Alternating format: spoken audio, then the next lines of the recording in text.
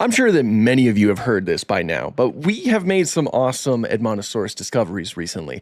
Paul Sereno and his team have recently described brand new Edmontosaurus mummies, and that is very cool for a multitude of different reasons that I'll get into a little bit later. But I want to use this video to talk about why Edmontosaurus is incredibly awesome and why you should love Edmontosaurus for the absolute weirdo that it is, or just fascinating dinosaur that it is. Does that sound good? Yeah, let's just get into it. So, first of all, we have found incredibly well-preserved Edmontosaurus specimens before. These specimens have revealed a lot of very cool things about this animal. For one, here's the first thing that catches my eye. Look at this strange structure right here. This is the front limb of an Edmontosaurus. You'll notice that it has a sort of very strange hoof-like structure down here. There's this extra toe to the side, and it's basically all fused together to make, again, what looks like a hoof on its forelimb. That's something that we've known about for a couple of years now. And it already made Edmontosaurus incredibly strange. It kind of, paleoart was, of course, changed from that moment on about, how we understood Edmontosaurus and hadrosaurs in general, because a lot of paleoartists reconstructed, most hadrosaurs with a structure like this. I mean, we haven't found evidence on other hadrosaurs like Parasaurolophus or Maiasaura or stuff like that, but we do know that Edmontosaurus had it, which is already very strange. Another really cool thing that fossil mummies have found, which, by the way, if you don't know what dinosaur mummies are, they're basically just very well-preserved dinosaur specimens. They're so well-preserved that, in this case right here, you can see evidence of soft tissue. You can see each individual little scale. It's like the imprints of the scales that once existed on the animal. So it gives you a really good idea of what that animal's skin looked like in real life. Sometimes you can find other things, like possibly some organs and stuff like that. But another thing that an Edmontosaurus mummy revealed was the sort of fleshy comb. I'm sure you've seen this on a lot of Edmontosaurus depictions out there. This was found on a species of Edmontosaurus known as Edmontosaurus regalis, which is a smaller species. Right here, this is like a typical crest that you've probably seen on other types of hadrosaurs out there. But what's different is that this one's not really supported by bone. It's completely made out of soft tissue, which is why we didn't really know that Edmontosaurus had it until a dinosaur mummy was found, because it preserved the soft tissue that showed the evidence of this fleshy comb being here.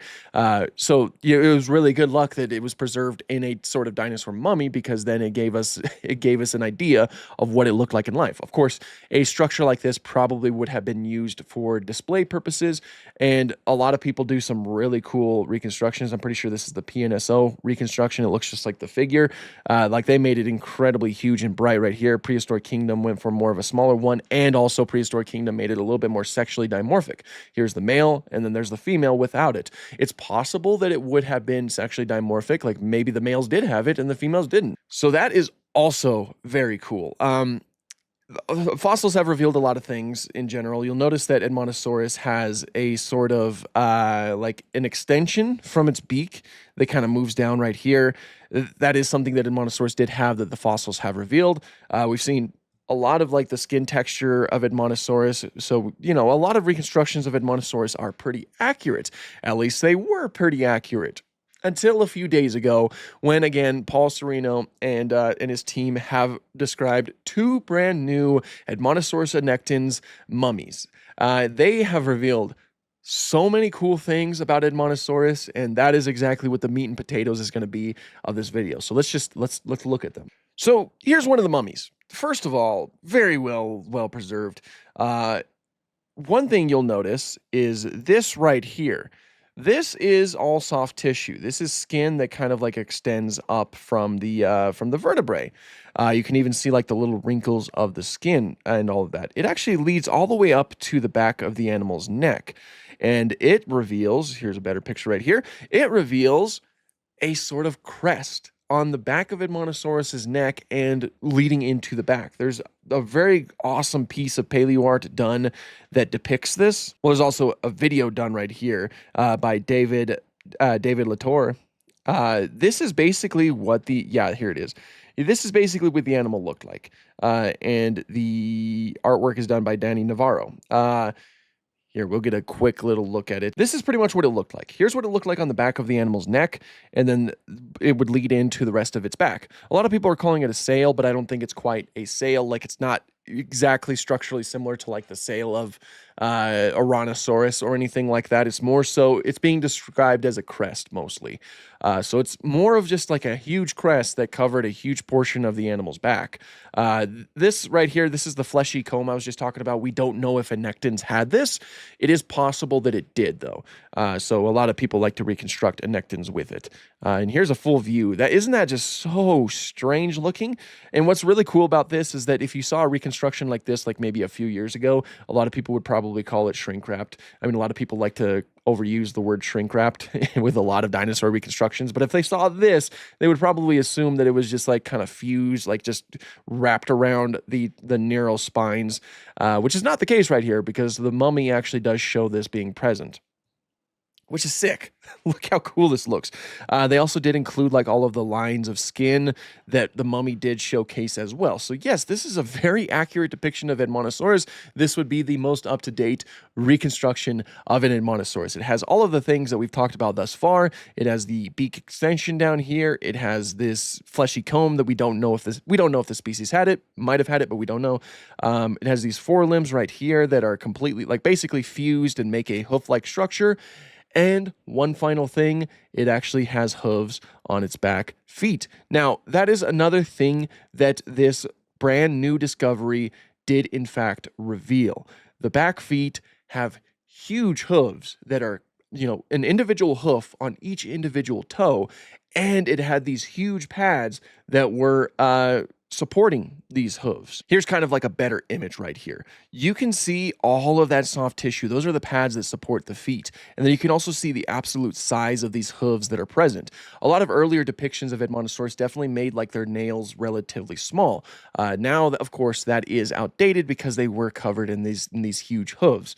Not hooves, like when a lot of people hear hooves, they probably think of, like horses or cows. Not like that. More so like the hooves on rhinos or tapirs. So think more so those animals rather than horses or cows. You could definitely tell by the shape of this foot. Like, this looks very much like a tapir foot. It is so weird. Now, you'll also notice that the forelimbs are very different from the back limbs in terms of the hoof structures that they have. That is likely an adaptation that allowed them to stand up on their hind limbs and run. The common thought is that Edmontosaurus would only run on its back limbs, which would probably give it enough necessary speed to, just take off. So having like this reduced forelimbs that are decently fused together probably gave them enough, made it a little bit easier to stand up on their hind limbs and be supported by the back limbs, especially considering the fact that their back limbs had all of these pads to help support them, which is this is so cool. There's also the tail was preserved as well. You can also see right here that it had sort of like overlapping structures back here, which is very reminiscent to a type of lizard, which is also very interesting. So Edmontosaurus is kind of like a mixture of a lot of different animals. But yeah, right here in this piece right here, which has become one of my favorite pieces of paleo art ever for any reason, because I just love Edmontosaurus. You can really see the huge feet that they had back here, and also it's emphasized in the footprints that are also absolutely huge. Also, what's notable is that these two Edmontosaurus specimens likely died in flooding or something like that, and they were buried quick enough that there doesn't seem to be any scavenging that took place, because there's no evidence of scavenging on any of the specimens, which is always really cool to see. So we had a really good chance to see these animals, and millions of years later, here we are. We get to observe them, and we get a better picture of what Edmontosaurus looked like in real life. So yeah, this has everything that we've learned from the mummies. It has this crest back here. It has the overlapping structures back here, and it has the huge hooves down here. This is like one of my most favorite discoveries of recent memory. Again, I love Edmontosaurus. I think Edmontosaurus gets a bad rap because it's oftentimes like portrayed as nothing more than Tyrannosaurus food, which probably was pretty far from the case. Tyrannosaurus, I know it's a big, scary dinosaur, but it was still an animal, and animals oftentimes go after like the weaker individuals. So, like, say if it sees a fully grown Edmontosaurus, it probably wouldn't go after it because there's too much of a risk of injury, especially with how big a fully grown Edmontosaurus annectens was. It's likely that a lot of Edmontosaurus annectens were bigger than a lot of Tyrannosaurs.